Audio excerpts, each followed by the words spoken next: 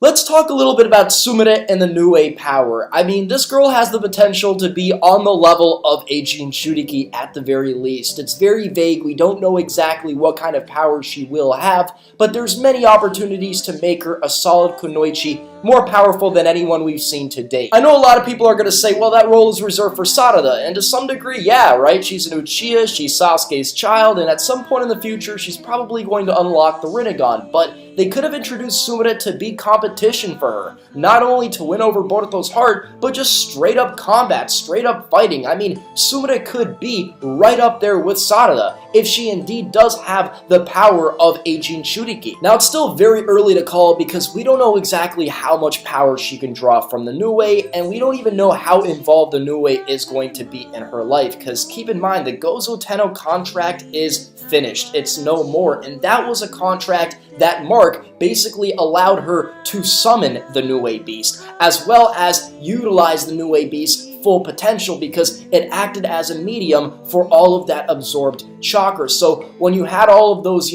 prey that the New Age basically preyed upon, all of that chakra was pretty much channeled through that Mark, through that contract, and it's no more. We don't know exactly how powerful the New Age is going to be now that that whole chakra system of absorbing chakra is probably not going to be the same anymore. At the same time, how is she going to summon the thing, right? It could just very well be that whenever she's in trouble, the thing just comes out randomly, but they're still going to need to explain that, and we're still going to need to understand exactly what she can do with this thing. Now, if they ever decide to max out the potential beyond what we actually saw from the New Age Beast, where it went on a rampage and it was attacking everybody, and keep in mind, it could even regenerate. Like, those are some pretty crazy abilities. If this thing in the future is able to summon tailed beast bombs, oh yeah, very well believe that this girl has the powers of a Jinchuriki. In fact, you could even argue she might have the powers of some of the strongest Jinchurikis, because this thing is able to produce what? Tailed beast bombs, is able to regenerate, it's freaking gigantic, right? And we're talking about if they max out this thing's potential, it could very well be that it's barred and there's a limit now that the contract is finished. Because the New Age was able to sense negative emotions in people, select their bodies as targets, and just deplete their chakra, right? Which is why when the characters were no longer possessed, they had to go to the hospital because their life force equivalent is pretty much gone, right? So if that system is basically taken away from the New Age, then its system of growing is taken away. So if they want to max out its abilities and put Sumire on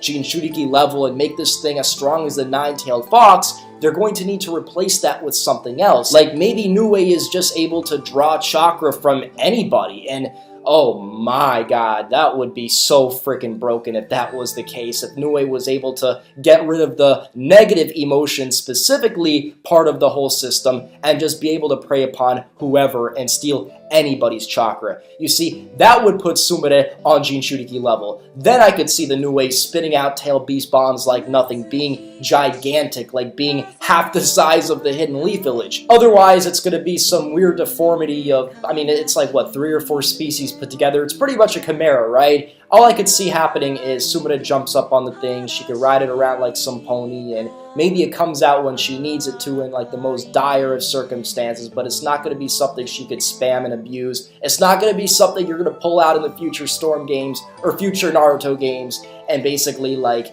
use that as some broken, tool. Like, it's just, I don't see that happening. Now, just think about the potential of the New Age Beast, right? She's out there, she's fighting, she's got her own skills, keep in mind. She's pretty skilled in taijutsu, she's got some pretty cool water release, and she gets bored halfway into the fight. She decides to take over that dude's body, absorbs some of his chakra, summons the New Age Beast, and decides to take him out with the New Age Beast. I mean, just the possibilities are endless there, guys. She could end up being on Naruto's level, and I highly doubt they're going to do that. So I don't know if they're going to actually replace the whole like negative chakra thing with something else. I don't know, but I think it would still be pretty cool. Now, one thing I'd really hate for them to do is actually bring back the old system and revitalize the Gozo Tenno, in a way making the foundation relevant again, so that the New Age is able to basically possess different characters, prey on their negative emotions, take them over and absorb their chakra, thus growing. If they bring back that entire system I'm gonna call bullshit. I mean, that would be so broken. Imagine like we're invading a village or something and there's a bunch of guards and, you know, from a far distance we end up getting a few of those guards because they have doubts about the entire situation. Now they're possessed, they take out all the other guards, and now we could go in and invade the entire village. Like, you know how broken that ability would be? And I feel like they could also use that as an excuse to make the Foundation relevant again. So we know about Sumire's father, Tanuki Shigakari, who basically sealed the New Beast within her. Imagine now they introduce like 10 other Foundation members that were, you know, I guess in a way working with this guy to, you know, bring about revenge on the Hidden Leaf Village. And they use this as an excuse to make them relevant again. And I'm talking about a bunch of members from the Foundation versus introducing new characters, developing them so that we actually get some, you know, new blood in action, not just these old guys that are constantly, you know, thrown back into the mix. Now, just because I'm hyping Sumire and the New Way up, I don't want anybody to think this is like a Naruto Kurama situation where, you know, Sumire is going to go through all of these struggles with the New Way Beast and they're going to grow together and then they're going to end up being the best of friends by the end of the series, looking back at all the tough moments.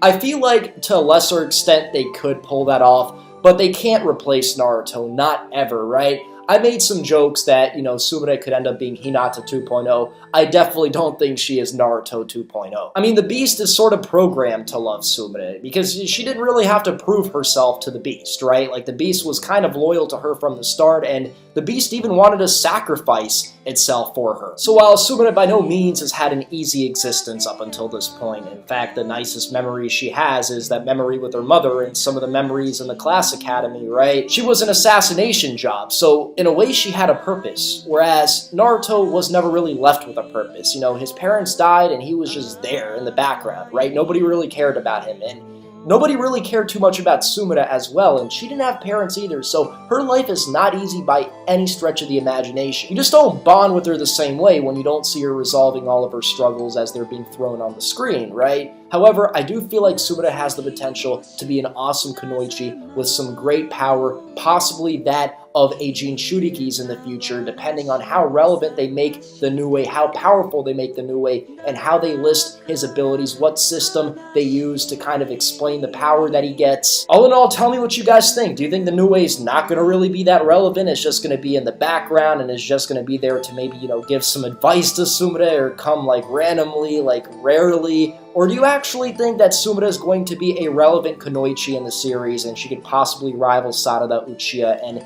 do you think that the New Way power is possibly comparable to some of the other Kekkei Genkai in the series, specifically the dojutsus? Because I've